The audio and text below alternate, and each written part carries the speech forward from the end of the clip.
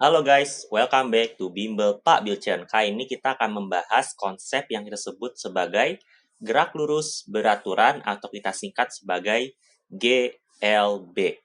Nah, kita lihat definisi dari GLB guys. GLB atau gerak lurus beraturan sesuai namanya berarti gerakannya mempunyai lintasan yang lurus. Namanya gerak lurus. Nah, dan kecepatannya tidak berubah karena yang namanya adalah beraturan. Jadi misalkan kamu punya sebuah mobil, kalau semua mobil di sini, nah mobilnya itu bergerak dengan kecepatan kira-kira misalnya 5 meter per second. Nah, dia akan terus bergerak dengan kecepatan yang sama. Jadi kecepatannya tidak akan pernah berubah. Nah, itu namanya gerak lurus beraturan. Ya, beraturan berarti kecepatannya tidak berubah. Selalu sama setiap detik.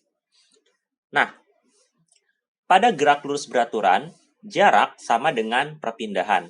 Misalkan kita punya 5 meter per second nih mobil.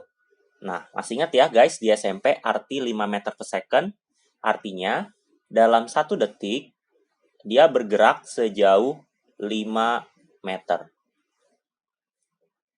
Nah, seperti ini guys ya.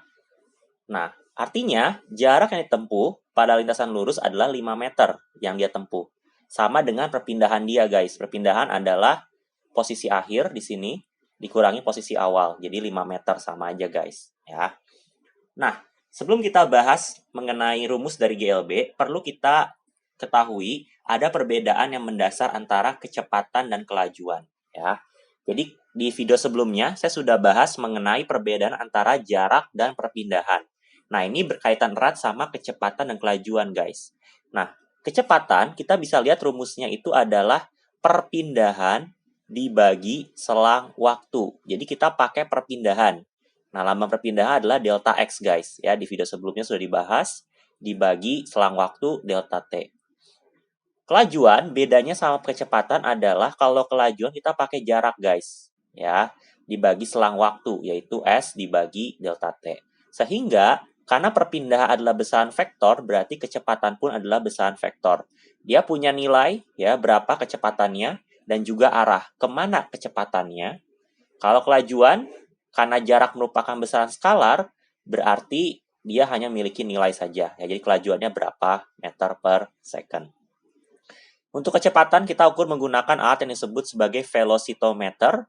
Kalau kelajuan itu menggunakan speedometer guys. Ya, jadi kalau misalnya di mobil-mobil ada speedometer itu tidak menunjukkan kecepatan sebenarnya karena menunjukkannya kelajuan. Kita pakai jarak ya. Jadi kalau mobil dia menempuh jarak ya kan.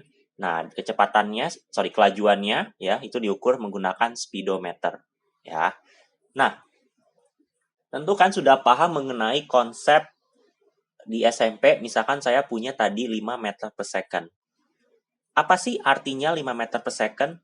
Artinya, dalam 1 detik, itu benda berpindah sejauh 5 meter. Berarti, dalam 2 detik, bendanya akan berpindah, logikanya 10 meter. Ya. Kalau 3 detik, logikanya berpindah sejauh 15 meter. Ya. Nah, kalau T detik, ya, berarti dia berpindah sejauh, kalau 1 detik, 5 kali 1, 2 detik, 5 kali 2, 3 detik, 5 kali 3, T detik, 5 kali T. Jadi perpindahannya kita bisa rumuskan sebagai delta X sama dengan 5-nya adalah kecepatan V dikali T. Nah, atau V sama dengan delta X dibagi T. Sama kayak rumus ini guys. Ya. Bedanya kalau di sebelah sini nggak ada delta T, tapi biasanya T.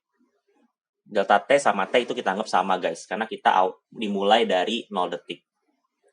Nah, kita akan turunkan rumus untuk GLBB di sini ya. Saya punya tadi rumusnya adalah delta X sama dengan V kali T. Delta X kita definisikan sebagai posisi akhir, saya tulis sebagai X, dikurangi posisi awal, saya tulis sebagai X0. Sama dengan V dikali T.